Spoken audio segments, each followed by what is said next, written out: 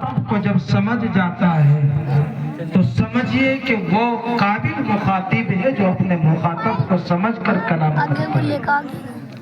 بہت مبارک ہے وسیم جنجانی صاحب کے لیے، بڑی مبارکباد ہے، آپ کا آنا ہم سب کے لیے مبارک ہے۔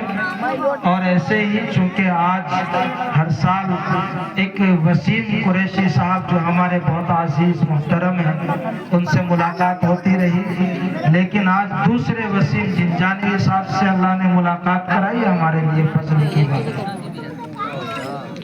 میں اپنی بات یہاں سے شروع کرتا ہوں کہ اللہ پاک نے ہمیں پوری زندگی گزارنے کے لیے قرآن ایک نیا نظام، ایک ایسا نظام جو رہتی دنیا تک کے لیے پیش کیا۔ اس نظام کو ذرا سمجھنے کی ضرورت ہے۔ بیانات اور تقاریر تو ہوتی رہتی ہیں، لیکن حالات ملک کے یا دنیا کے ایسے ہیں کہ ان حالات کو سامنے رکھتے ہوئے اگر ہم اپنی زندگی کو آگے نہیں بڑھائیں گے تو یاد رکھنا کہ زندگی میں ہمیشہ تنزلی ہمارے قدموں میں رہے گی، اور بلکہ قدموں پہ نہیں، تنزلی ہمارے سر چڑھ کر وہ گنجائے گی۔ اس لیے ہمیں حالات پر نظر رکھتے ہوئے میں اپنے نوجوان ساتھیوں سے ایک بات عرض کرتا ہوں۔ میں نے جو قرآن پاک کی آیت تلاوت کی ہے، ایک مرتبہ نبی اکرم صلی اللہ علیہ وسلم تشریف فرما تھے تو حضرت عمر رضی اللہ تعالیٰ عنہ وہاں موجود تھے۔ جس وقت اللہ کے نبی صلی اللہ علیہ وسلم پر وحی لے کر جبرائیل اترتے تھے تو ایک عجیب کیفیت ہوتی تھی کہ آواز ایسے آتی تھی کہ جیسے شہد کی مکھیاں گنگنا رہی ہوں، بھنجنا رہی ہوں۔ تو حضرت عمر رضی اللہ تعالیٰ نے یہ بھنجناہٹ کی آواز سنی تو صحابہ سے کہنے لگے کہ ایک اللہ کے نبی پر، آقائے دو جہاں پر نئی وحی نازل ہو رہی ہے اور نیا پیغام اتر رہا ہے، سن کر چلے۔ صحابہ رک گئے، انتظار کرتے رہے، اور اللہ کے نبی صلی اللہ علیہ وسلم پر قد افلح المؤمنون کی شروع کی 10 آیتیں نازل ہوئی۔ غور سے سننے کی بات یہ ہے کہ اماں عائشہ رضی اللہ تعالیٰ عنہ سے پوچھا گیا کہ اماں عائشہ، نبی صلی اللہ علیہ وسلم کی اصل زندگی کیا ہے؟ آپ رضی اللہ تعالیٰ عنہ نے فرمایا کہ قد افلح المؤمنون کی شروع کی 10 آیتیں نبی اکرم صلی اللہ علیہ وسلم کی پوری زندگی ہے۔ پہلی آیت قد افلح المؤمنون صاحب ایمان کے لیے فلاح اور کامیابی ہے۔ الذین هم فی صلاتہم خاشعون، اس کے لیے بھی کامیابی ہے جو اپنی نمازوں میں خشوع اور خضوع اختیار کرتے ہیں، اطمینان اور سکون کے ساتھ اللہ کے سامنے کھڑے ہو کر نماز ادا کرتے ہیں۔ اور تیسری بات یہ ہے کہ والذین هم عن اللغو معرضون، جو بیکار باتوں سے بچ جاتے ہیں، لغو باتوں سے، ایسی باتوں سے کہ نہ دین میں اس کا فائدہ نہ دنیا میں اس کا فائدہ، تو ایسی باتوں سے بچ کر چلتے ہیں۔ سب سے بڑی لغو چیز ہے ہمارے آپس کا تنازع، اختلافات اور آپسی نفرتیں، حسد، بغض، یہ سب سے بڑی لغو چیز ہے، اس سے بچنے کی ضرورت ہے۔ تو اس طریقے سے 10 آیتیں تلاوت فرمائی۔ ان 10 آیتوں میں 7 خصلتیں ایسی ہیں جو نبی صلی اللہ علیہ وسلم کی پوری زندگی کا اسوہ حسنہ ہے۔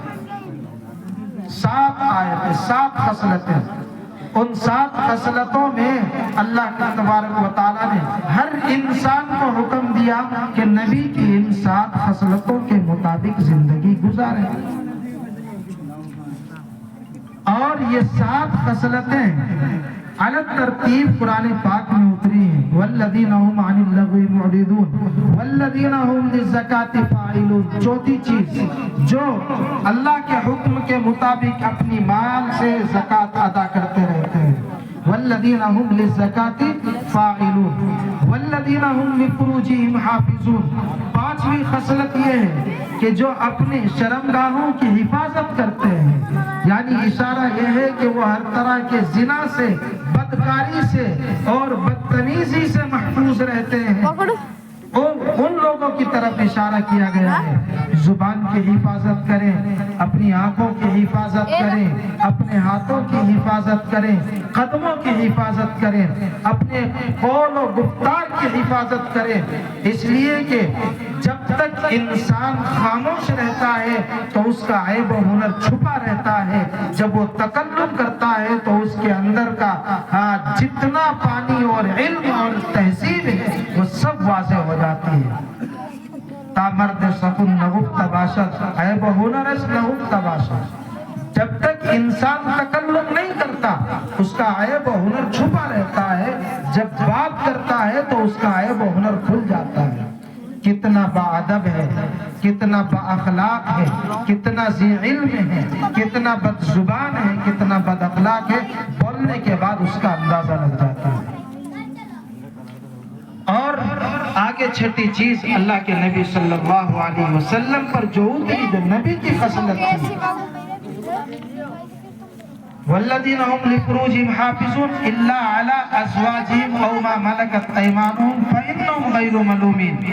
بیوی کی اجازت دے دی گئی، فمن ابتغى وراء ذلك فاولئک هم العادون والذین هم لاماناتہم، یہ چھٹی چیز، والذین هم لاماناتہم، اور ساتویں چیز وعہدہم راعون، جو امانتوں کی حفاظت کرتا ہے۔ یہ نوجوان بچے، یہ چھوٹی چھوٹی بچیاں، چھوٹے چھوٹے بچے ہمارے پاس اللہ کی امانت، اللہ کی امانت ہے۔ کل قیامت کے دن ان سے سوال کیا جائے گا ان کے بارے میں، اور اللہ کہیں گے قیامت کے دن ادی الامانہ، امانت کو ادا کرو۔ ہم نے آپ کو والدین دیے، بیوی بچے دیے، آپ نے دیانتداری کیا دکھائی، ان کی پرورش کیسے کی، اور والدین کی عزت اور احترام کیا یا نہیں کیا، ادی الامانہ۔ لیکن وہاں اگر کر چکا ہوگا تو وہاں جواب دے سکے گا، اور اگر دنیا میں اس نے اس امانت کی حفاظت نہیں کی ہوگی تو وہ اللہ کے سامنے پھر یہی کہہ سکے گا انا ربی وقد ذہبت الدنیا، اب کہاں سے بتاؤں، دنیا تو ختم ہو گئی، اب تو کچھ باقی نہیں رہا۔ اور ساتویں چیز ہے عہد کی پاسداری۔ ہر صاحب ایمان جو کسی سے وعدہ کر لے تو اسے پورا کرے۔ سب سے بڑی چیز ہے اخلاق۔ 5 وقت 24 گھنٹے میں نماز پڑھی جاتی ہے، ہر نماز میں 10 منٹ لگتی ہیں، ہر نماز میں 10 منٹ لگتی ہیں، تو 5 دھام 50، 24 گھنٹے میں 50 منٹ صرف اللہ کی عبادت نماز میں خرچ ہو رہی ہے، اور باقی 23 گھنٹے کہاں جا رہے ہیں، اخلاق حسنہ میں ہونے چاہیے۔ اس لیے میں اپنے سبھی ساتھیوں سے یہ بات عرض کرتا ہوں کہ 7 خصلتوں کا خیال رکھیں، اور انہی 7 خصلتوں کا میں سامنے رکھتے ہوئے آپ سے سوال کرتا ہوں کہ جیسے سورہ فاتحہ کی 7 آیتیں ہیں، اس کے 7 نام ہیں، آسمان 7 ہیں، اور اسی طریقے سے اللہ تبارک و تعالیٰ نے انسان کی غذا بھی 7 اتاری ہے، تو اس 7 کی دہائی کو ہم سامنے رکھتے ہوئے میں آپ سب سے، چونکہ جب ہم مدارس قائم کرتے ہیں اور ان کے لیے ایک چیز ہوتی ہے مال، پیسہ، وہ اس کے لیے ضرورت ہے، مدرسہ قائم کرنا اس کا ایک مقصد ہے، وہ ہے اپنی نسلوں کو آگے بڑھانا، دین کی تعلیم سے انہیں آشنا کرانا، قرآن اور حدیث سے انہیں مزین کرنا۔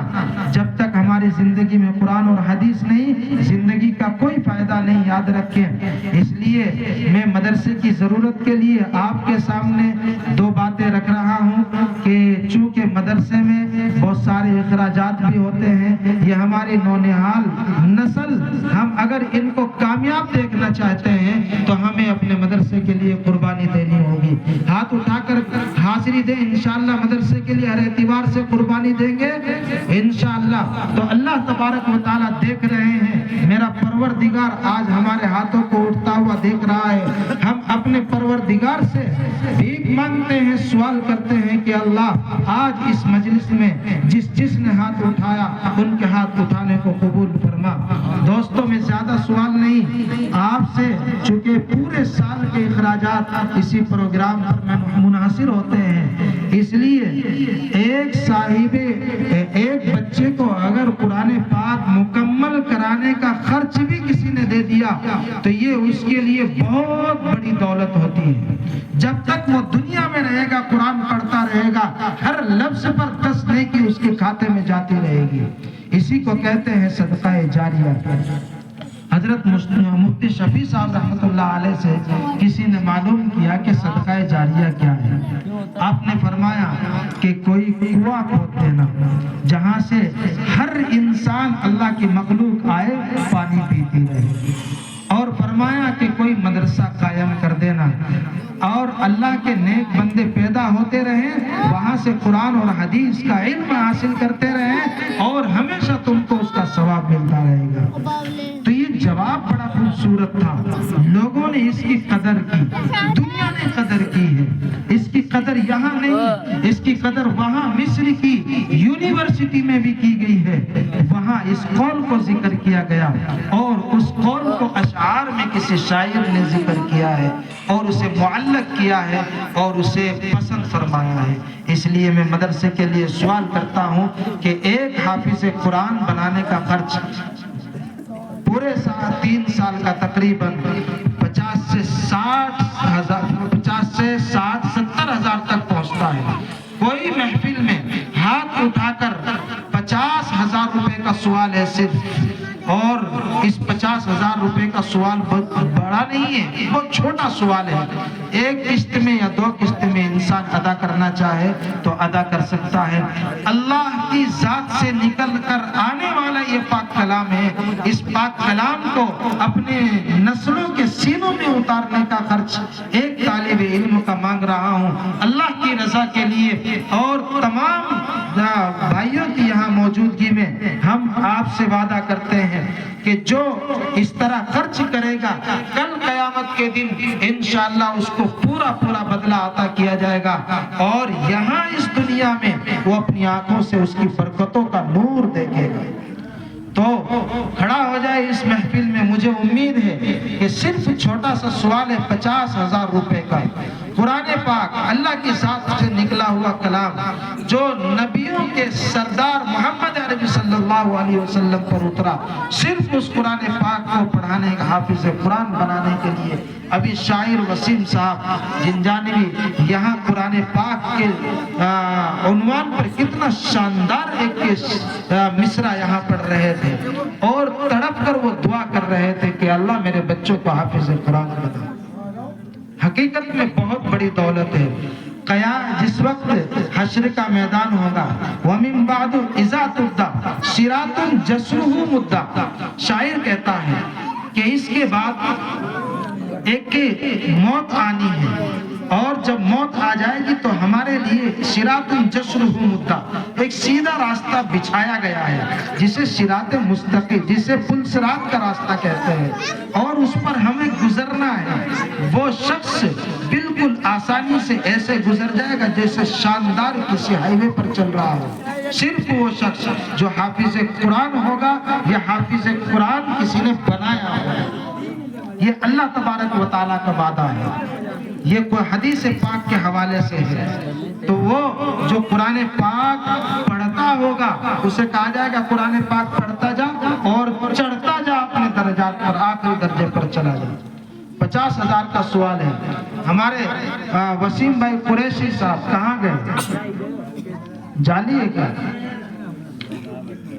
بھائی وسیم قریشی صاحب کو قاری صاحب فون کریں کہ مولانا نے کہا ہے آپ یا تو تشریف لے آئیں، اور نہیں تو 50,000 روپے کا سوال ہوا ہے وہیں سے آپ لبیک کہیں۔ وہ یہاں ہوتے تو میں آج ان سے 1,00,000 روپے کا سوال کرتا، اور انشاءاللہ یہی دے کر جاتے ہو۔ جی حاضرین میں سے ہمت کر لیں، چاہے اپنے کسی ساتھی سے مشورہ کر کے نصف نصف آدھے آدھے کر کے 50,000 روپے کا سوال ہے انشاءاللہ ہمت. مجھے امید ہے کہ اسی پنڈال سے ہاتھ اٹھے گا اور اللہ اس کو پورا کرائیں گے. جو حافظ قرآن ہوگا اس کے لیے جنت میں ایک بہترین محل تیار کیا جائے گا، بہت خوبصورت. جیسے ایک بہت بوڑھے شخص کی لمبی سفید داڑھی ہوتی ہے، اس کا ایک بال سیدھا ہوتا ہے، اس طریقے سے سفید سیدھا محل ہوگا. جس وقت حافظ قرآن اس میں داخل ہوگا تو اس کو وہ سوال کرے گا کہ میرے وہ معاونین کہاں ہیں کہ جنہیں مجھے حافظ قرآن بنایا تھا. تو فرشتے ان کو تاج پہنا کر اس کے پاس لائیں گے اور اسی محل میں داخل کریں گے جس میں وہ حافظ ماشاءاللہ. دیکھیے یہ اللہ کی طرف سے ہے. ہمارے وسیم جنجانوی صاحب مہمان ہیں اور وسیم بھائی قریشی کو لینے جا رہے ہیں ماشاءاللہ. بھائی وسیم جنجانوی صاحب شاہر صاحب سے درخواست ہے، ان سے 1 لاکھ پورے کرانے. 71,000 بول دیے انہوں نے ماشاءاللہ. دیکھیے ہم نے سوال چھوٹا کیا، انہوں نے جواب بڑا دیا ہے. یہ اللہ کی طرف سے ہے، یقیناً قرآن پاک کی محبت ہے، یہ یقیناً اللہ کی محبت